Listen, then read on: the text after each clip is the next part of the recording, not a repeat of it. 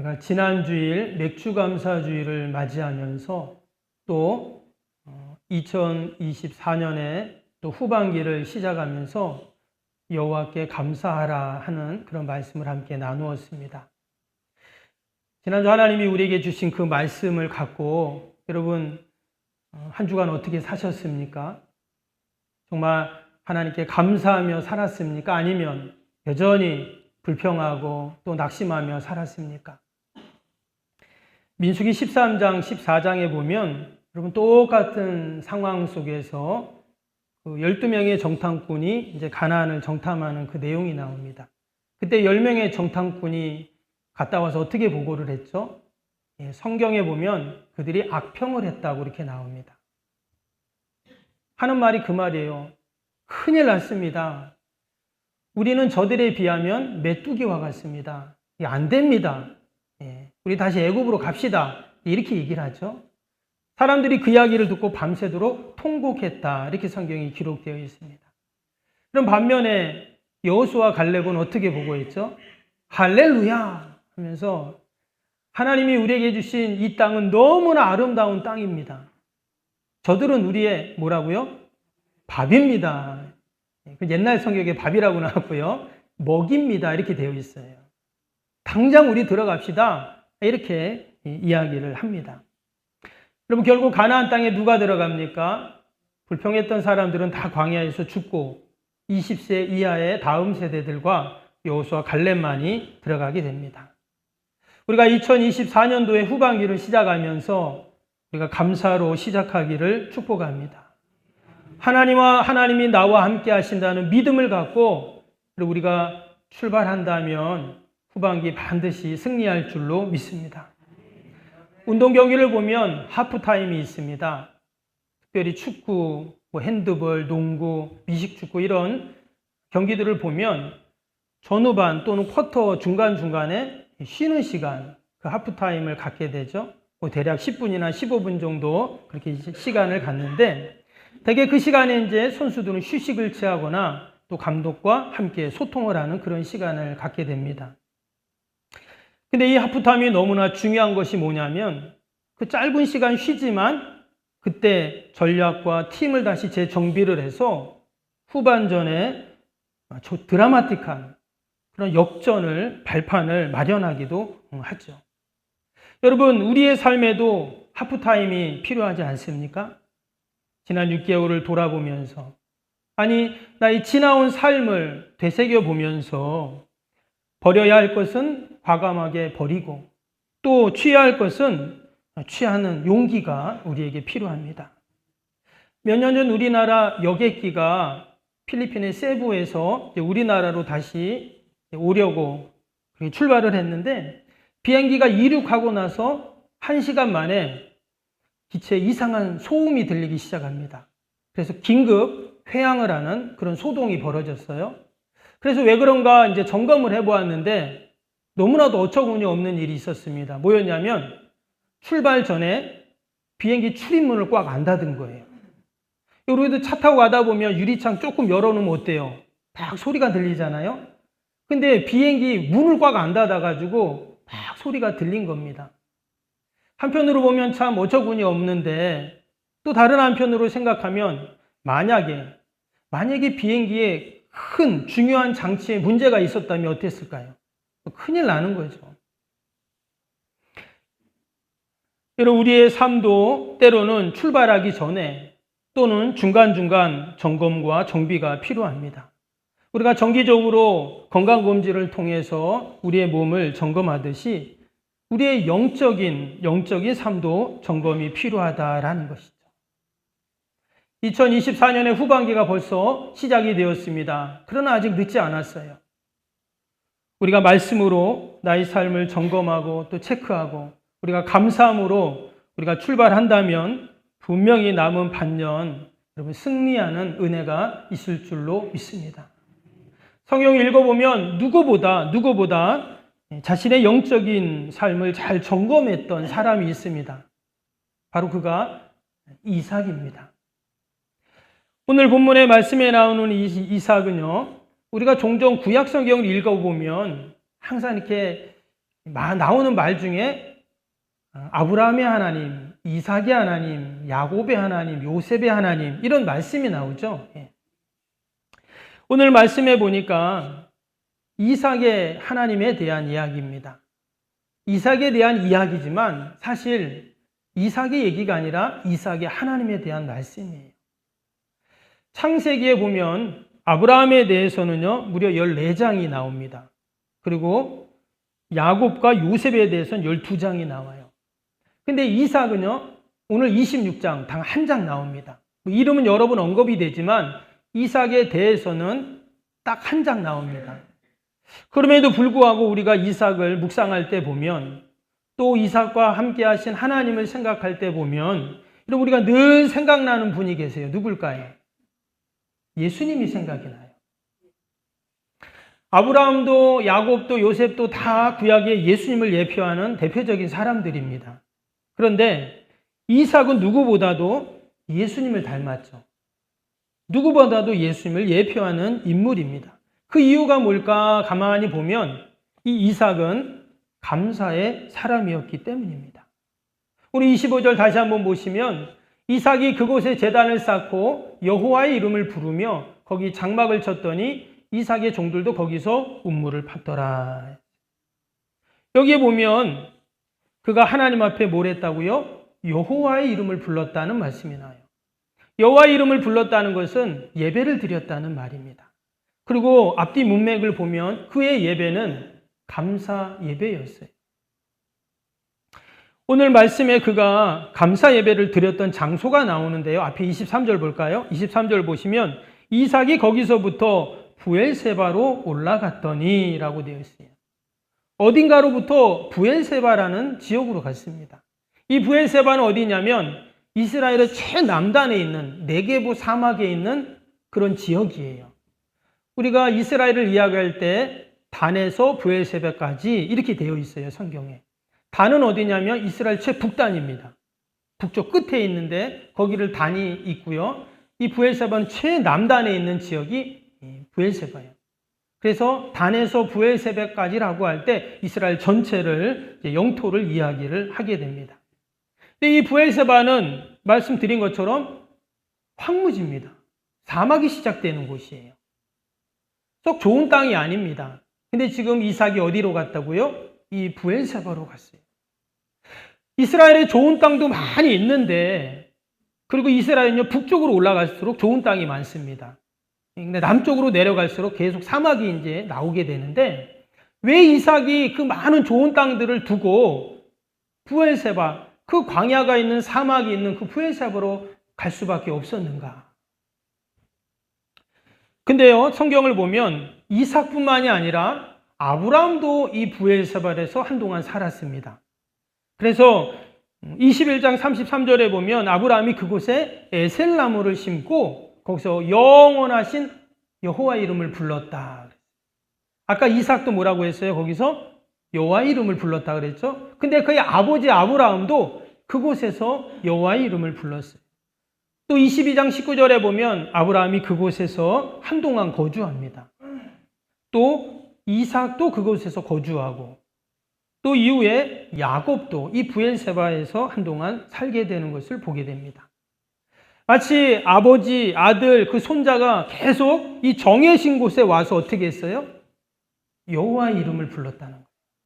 하나님 앞에 감사의 예배를 드렸다는 거예요. 그러면 여러분 지금 아버지가 여기서 감사의 예배를 드리고 할아버지가 거기서 감사의 예배를 드리면 그걸 누가 볼까요? 아들이 보는 거죠. 손주가 그 감사 예배 드리는 모습, 여호와의 이름을 부르는 모습을 다 보고 자랐다는 것입니다. 여러분 내가 감사 예배를 드릴 때 그걸 누가 볼까요? 우리 자녀손들이 보는 거예요. 우리의 자녀손들이 여러분 내가 감사의 사람이 되면 우리의 자녀손들은 어떤 사람이 될까요? 못된 사람이 될까요? 아닙니다. 내가 감사의 사람이 될 때 우리의 자녀손들이 감사의 사람이 돼요. 그래서 하나님이 주시는 풍성한 은혜와 축복을 여러분 누리게 되는 줄로 믿습니다. 그럼 어떻게 아브라함, 이삭, 야곱, 그의 가족들이 이처럼 다 브엘세바에 올라와서 여호와 이름을 부르고 또한 풍성한 감사를 누릴 수 있었는가? 그 이유가 뭘까? 오늘 22절을 보겠습니다. 22절을 보면 이삭이 거기서 옮겨 다른 음물을 팠더니 그들이 다투지 아니하였으므로 그 이름을 르호봇이라 하여 이르되 이제는 여호와께서 우리를 위하여 넓게 하셨으니 이 땅에서 우리가 번성하리로다 하였더라. 지금 이삭이 하나님 앞에 감사의 예배를 드렸던, 하나님께 감사했던 이유가 뭐냐면 하나님이 우리를 번성하게 하셨기 때문이었다. 부유하게 하시고 넓게 하셨기 때문이라고 고백하고 있습니다. 여기서 그들의 지경을 넓혀주셨다, 또 번성하게 하셨다는 말은 한마디로 축복해 주셨다는 그런 말씀이에요. 그 내용이 위에 보면 12절부터 쭉 나오게 됩니다. 여러분, 하나님께서는 늘 하나님이 택한 백성들을 이처럼 번성케 하시고 또 부욕케 하시는 줄로 믿습니다. 지금 이삭이 원래 어디에 있다가 브엘세바로 오게 됐냐면 거기서부터 브엘세바로 옮겼다 그랬잖아요. 이삭이 원래 어디 있었냐면 블레셋 지경인 그랄 땅에 있었습니다. 원래 이삭이 살던 곳은 어딜까요? 가나안 땅이죠. 그런데 그가 블레셋 지경인 그랄 지방에 갑니다. 왜 갔냐? 1절에 이런 말씀이 나와요. 26장 1절 한번 보시면 아브라함 때 첫 흉년이 들었더니 그 땅에 또 흉년이 들매 이삭이 그랄로 가서 블레셋 왕 아비멜렉에게 이르렀더니, 여기 보니까 아브라함 때 흉년이 들었던 그 내용이 이제 창세기 12장에 나오는데 그 땅에 또 흉년이 든 거예요. 가나안 땅에. 그래서 이삭이 어디로 갔다고요? 그랄 땅에 가게 됩니다. 여러분, 흉년이라면 어떤 일입니까? 농작물에 결실이 없고 또 곡식이 없으니까 사람들이 다 힘든 그런 때를 우리가 흉년이라고 말합니다. 지금도 보면 풍년인 때가 있고 또 흉년인 때가 있고 그랬잖아요. 근데 여러분, 고대 사회의 흉년은 어떤 때일까요? 고대 사회의 흉년은 생존과 연결이 됩니다. 모든 동식물들 뿐만 아니라 사람도 죽어가는 바로 그때가 흉년이에요. 온통 죽음의 냄새가 가득하고 죽음의 소리만 가득한 것, 바로 흉년, 재앙이죠. 그래서 아브라함이 어떻게 합니까? 아브라함도 그 흉년 때 하나님의 약속의 땅에 갔지만 흉년 때 애굽으로 내려가는 그런 일이 있었죠. 근데 지금 이삭도 또 흉년이 되니까 뭐 가만히 있다가는 가족도 뭐 다 죽죠. 그래서 어디로 갔냐? 그랄 땅으로 갔다, 이렇게 나옵니다.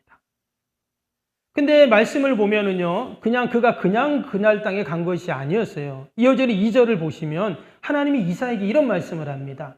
여호와께서 이삭에게 나타나 이르시되 애굽으로 내려가지 말고 내가 내게 지시한 땅에 거주하라. 그래서 그 하나님이 지시한 땅이 그랄 땅이에요.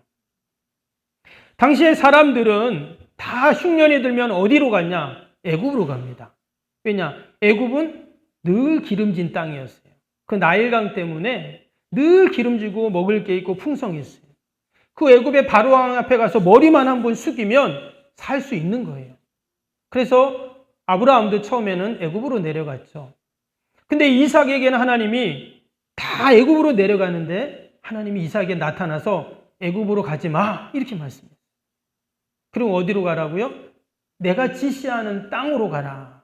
그래서 거기 가서 거주해라, 이렇게 말씀을 하셨습니다. 그 땅이 바로 그랄 땅이었어요. 그러면서 이어지는 3, 4절 말씀에 뭐라고 하냐면 너가 그 땅에 거주하면 내가 너와 함께 있고 내게 복을 주고 내 자손에게 또 그 땅을 주고 너희 아버지 아브라함한테 맹세했던 거, 창세기 12장에 있죠?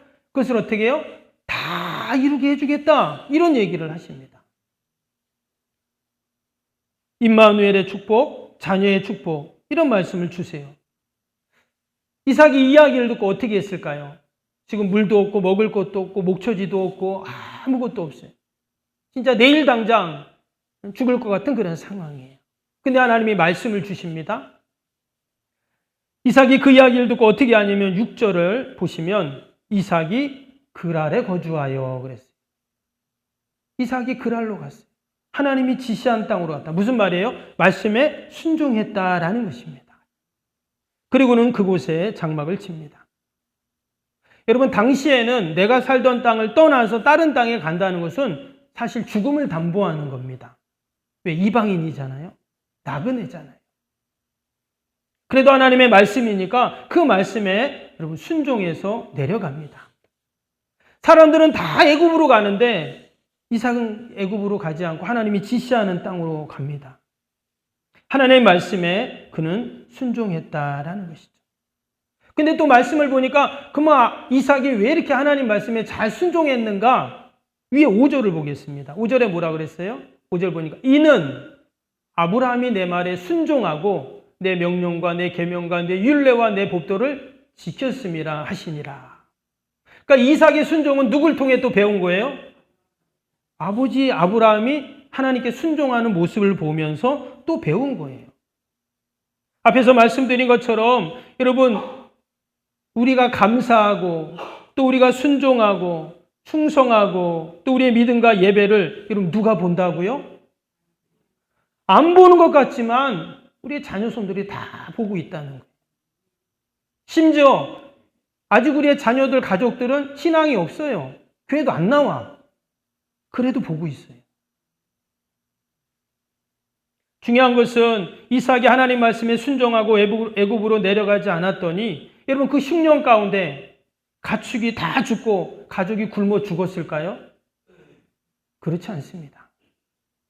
이후로 어떤 일이 일어났는가? 12절부터 14절 말씀을 한번 보시면 제가 한번 읽어드립니다. 이삭이 그 땅에 농사하여 그의 100배나 얻었고, 여기서 그 땅은 그랄 땅을 말해요.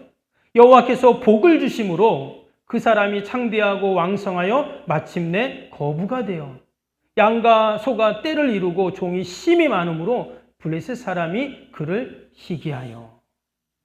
하나님이 이삭에게 복을 주셨어요. 그래서 농사를 지었는데 어떻게 해요?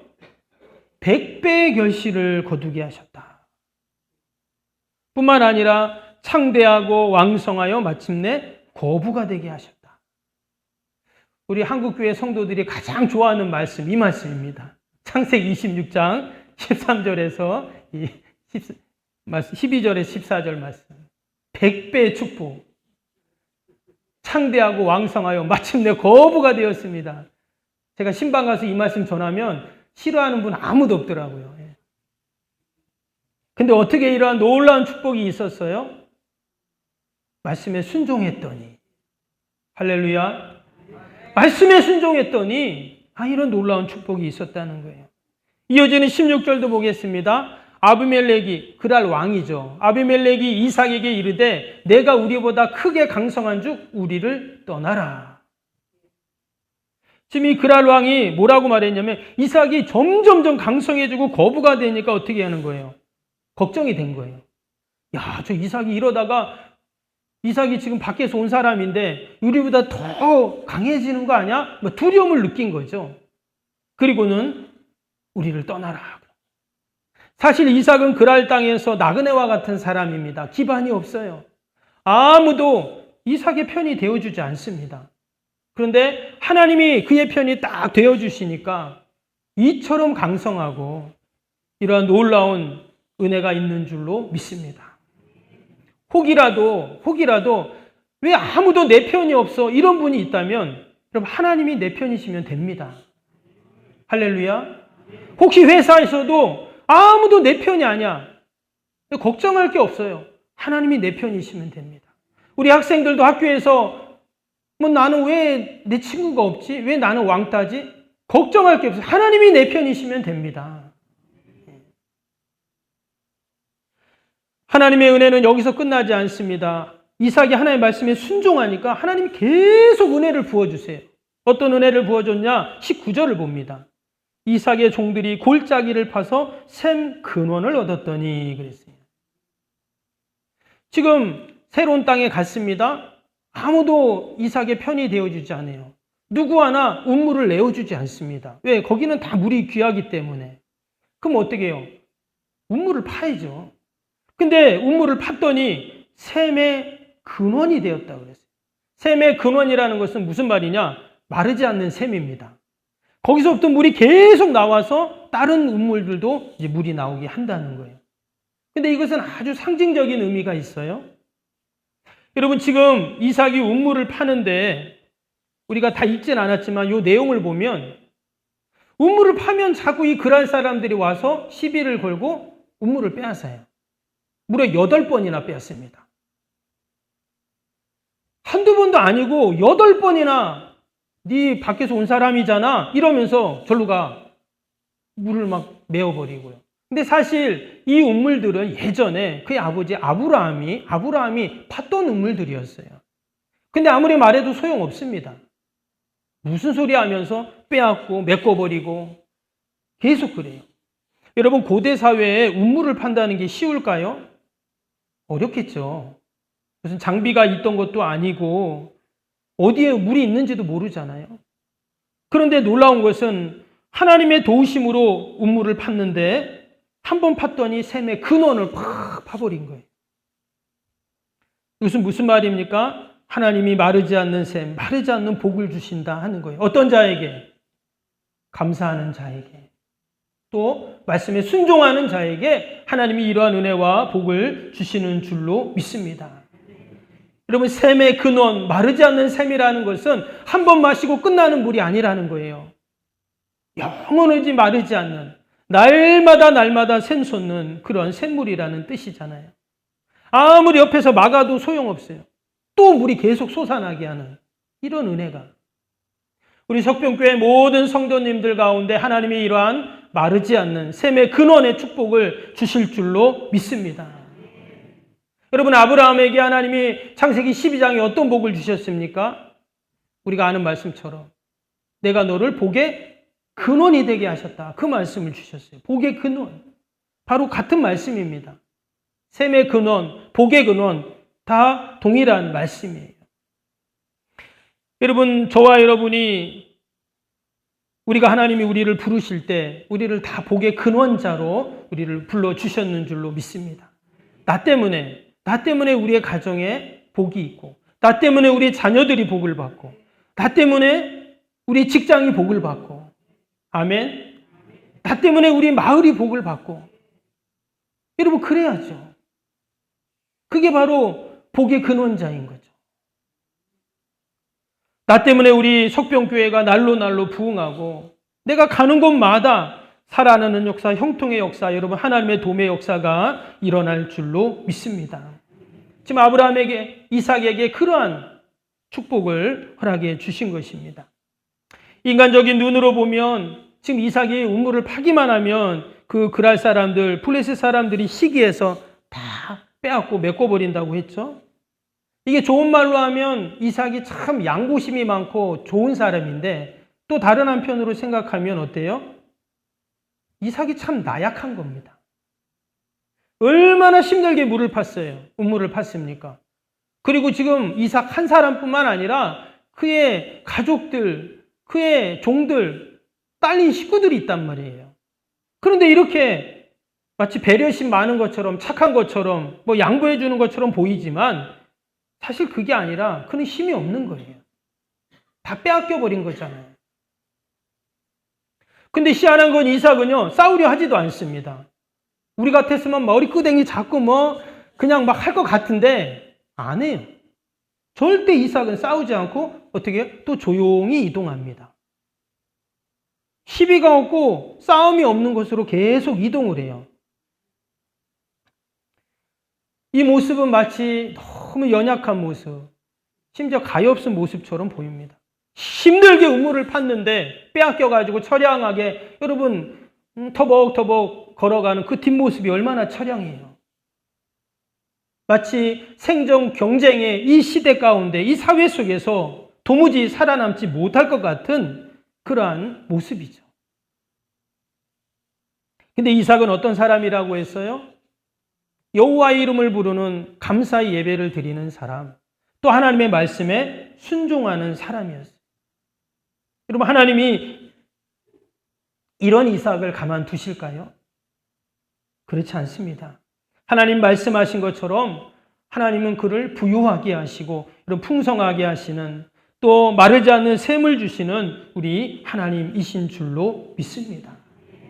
그래서 그런 하나님께 감사 예배를 드리는 거예요. 하나님, 이렇게 나를 풍요롭게 하심을 감사합니다. 그리고 또 오늘 그가 감사했던 이유가 있습니다. 하나님이 나와 함께 하시기에 감사했어요. 24절 봅니다. 그 밤에 여호와께서 그에게 나타나 이르시되, 이삭에게 나타났습니다. 나는 내 아버지 아브라함의 하나님이니 두려워하지 말라. 내 종 아브라함을 위하여 내가 너와 함께 있어 내게 복을 주어 내 자손이 번성하게 하리라 하신지라. 말씀드린 것처럼 이삭은 다툼이 있을 때마다 어떻게 양보했다 했죠? 계속 다툼이 없는 평화의 우물을 찾아서 계속 그는 쉬지 않고 가서 우물을 팝니다. 여러분, 우물을 판다는 것은 쉬운 일이 아닙니다. 어디에 물이 있는지 알 수도 없고 또한 그런 장비도 없습니다. 물이 있는 곳을 찾아 십리 백리를 갈 수도 있습니다. 그런데 여러분, 이 야곱의 모습이 참 나약한 모습, 또 너무나 힘이 없는 모습이라고 이렇게 말씀을 드렸는데, 근데 사실 야곱은요, 이삭은요, 강한 사람이에요. 누구보다 강한 사람이 이삭입니다. 왜 그럴까요? 계속 우물을 파잖아요. 끈기 있게 그는 결코 포기할 줄 모릅니다. 계속 물을 파는 거예요. 그냥 포기하고 낙심하고 절망하고 주저앉아 있었다면 아무것도 없지만 어때요? 가서 또 파는 거예요. 여기를 메꿔버리면 절로 가서 또 파요. 또 여기를 뺏어버리면 또 저기 가서 또 파는 겁니다. 그는 누구보다 강한 사람이에요. 그리고 그는 기다릴 줄 아는 사람이에요. 하나님이 나에게 축복하실 때까지 기다리고 또 기다리고 또 기다리는 사람이에요. 그럼 우리가 얼마나 금방 포기해버립니까? 내가 그렇게 기도했는데 되긴 뭐가 돼? 여러분, 이렇게 우리가 한숨 질 때가 얼마나 많아요. 그런데 하나님이 복을 주실 때까지, 하나님이 복이 임할 때까지 기다리고 또 기다리고 또 기다리고. 때문에 이삭은 어떤 사람이냐? 참 강한 사람이고 인내의 사람이었다는 것을 우리는 알 수가 있습니다. 어떻게 그러면 그가 이렇게 기다리고 인내할 수 있는가? 오늘 24절 말씀처럼 뭐라고요? 하나님이 나와 함께 하시기 때문에. 하나님이 나와 함께 하신다는 걸 그는 확실히 믿었던 거예요. 하나님이 우리 아버지 아브라함에게 말씀하셨지, 분명히 하나님께서 그 말씀하신 대로 나에게 이루실 거야 라는 그 믿음으로 그가 나아간 거죠. 밑에 28절도 보겠습니다. 28절에 그들이 이르되 여호와께서 너와 함께 계심을 우리가 분명히 보았거늘 우리 사이 곧 우리와 너 사이에 맹세하여 너와 언약을 맺으리라. 처음에는 그 그랄랑 아비멜렉이 뭐라 그랬어요? 야, 너 이제 딴 데 가 그랬잖아요. 왜? 점점 강해지니까. 근데 조금 시간이 지나고 보니까 아니, 그게 도리어 니네하고 우리하고 계약을 맺자는 거예요. 그냥 가지 말고 그냥 있어. 대신 우리와 같이 계약을 딱 맺어갖고 우리와 같이 어떻게 해요? 연합을 하자는 거예요. 근데 그때 그랄랑이 한 말이 참 의미심장한 말을 하는데 뭐라고 했냐면 여호와께서 너와 함께 하심을 우리가 분명히 보았다, 이런 말을 해요. 놀라운 말씀이죠. 그는 지금 이방나라 왕입니다. 그는 여호와 하나님을 몰라요. 그런 믿지 않는 하나님을 모르는 자도 하나님이 이삭과 함께하는 걸 볼 정도로 참 놀라운 말씀이죠. 지금 이 그랄랑 아비멜렉이 평화를 이루자고 조약을 맺자고 한 거지만 어찌 보면 항복한 거와 다름없습니다. 이전에는 막 우물 빼앗고 막 쫓고 막 그러더니 이제 와서는 어떻게 해요? 결국 항복한 거죠. 간담이 서늘해진 것입니다.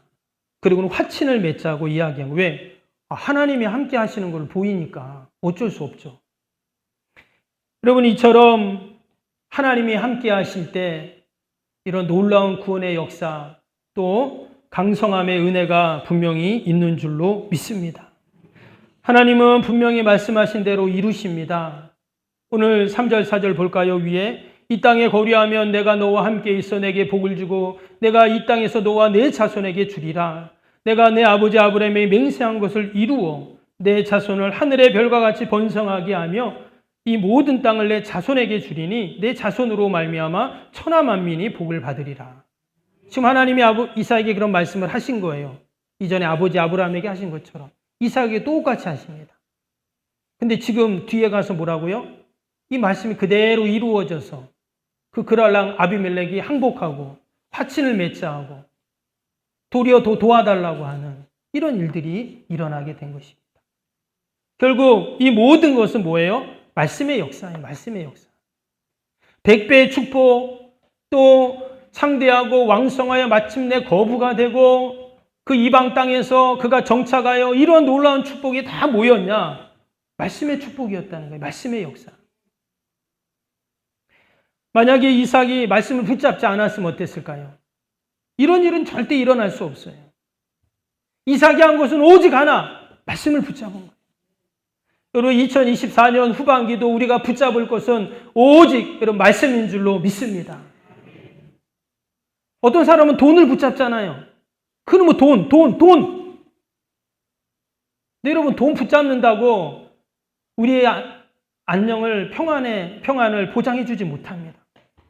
우리 어르신들은 또 누구 붙잡아요? 자식 붙잡아요. 자식. 여러분 자식이 우리를 보장해 줍니까? 그렇지 않아요. 나는 뭐 건강하니까 장담하는 분도 있어요. 근데 여러분 장담할 수 없습니다. 언제 무슨 일을 당할지 누가 합니까? 그러나 우리가 변함없는 하나님의 약속의 말씀 꼭 붙잡으면 어떤 것이 와로 우리를 흔들어도 우리가 흔들리지 않고 우리가 날마다 승리하는 그 축복의 삶을 살 줄로 믿습니다. 우리가 2024년 전반기를 열심히 달려왔어요. 이제 후반기가 시작됩니다. 지금은 어찌 보면 하프타임과 같은 시간입니다. 우리가 이 하프타임에 어디로 올라가야 될까요? 우리도 브엘세바로 올라가야 돼요. 이삭처럼. 그 옛날 아버지 아브라함이 여호와 이름을 불렀던 그 브엘세바, 그 이삭이 그걸 기억하고 그곳으로 올라가는. 나중에 그의 아들 야곱도 브엘세바로 올라갑니다. 여러분 말씀드린 것처럼 브엘세바는 어떤 곳이라고요? 광야가 시작되는 곳, 사막입니다. 사람이 살 수 없는 아주 황폐한 그런 땅입니다. 그런데 여러분 그런 땅에서도 여호와의 이름을 부르고 하나님께 감사 예배를 드리니까 그 브엘세바가 지금은 성지가 되었어요. 여러분 광야 같은 곳에서도 우리가 감사하고 하나님 말씀 붙잡고 순종하며 나아가면 그 땅이 거룩한 땅이 되고 그러면 성지가 되는 줄로 믿습니다. 지금 내가 처한 상황이 광야라고 생각하는 분이 계시다면 여러분 거기서 감사 예배를 드리세요. 그것이 직장이든 우리의 가정이든 아니면 나의 건강의 문제이든 아니면 어떤 광야일지라도 상관없습니다. 그것이 저와 여러분의 브엘세바예요. 그러나 우리가 믿음의 눈을 뜨고 나와 함께 하시는 그 하나님을 바라보면서 감사 예배를 드리고 우리가 말씀 붙잡고 말씀에 순종하며 나아가면 왜 하나님이 이삭에게만 이런 축복을 줍니까? 저와 여러분들에게도 우리 석병교회에도 하나님이 이런 놀라운 축복을 분명히 주실 줄로 믿습니다. 여러분 광야는 결코 살기 좋은 땅이 아닙니다. 푸른 초장이 아니에요. 엘림과 같은 오아시스가 있는 곳이 아닙니다. 다 광야는 떠나고 싶고 별로 가고 싶지 않은 곳이 광야예요. 사실 이삭이 브엘세바로 사실 별로 가고 싶지 않았을 겁니다. 왜 그럴까요? 이미 그가 지금 그랄 땅에서 잘 정착하고 있잖아요.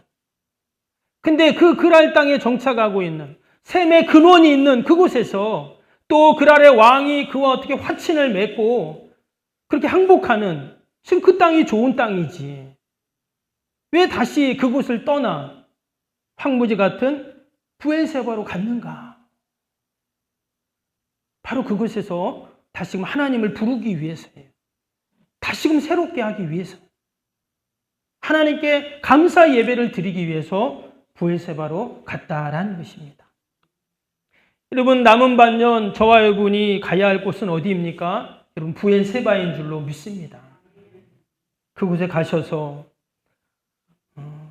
우리가 하나님 앞에 감사 예배를 드리고 믿음으로 순종하고 또 말씀의 역사를 사모할 때 하나님께서 그곳을 거룩한 땅이 되게 하시고 저와 여러분들에게 말씀하셨던 그 약속의 말씀을 다 이루시는 놀라운 축복이 있을 줄로 믿습니다. 그러한 믿음으로 늘 승리하는 저와 여러분이 되시기를 주님의 이름으로 축복합니다.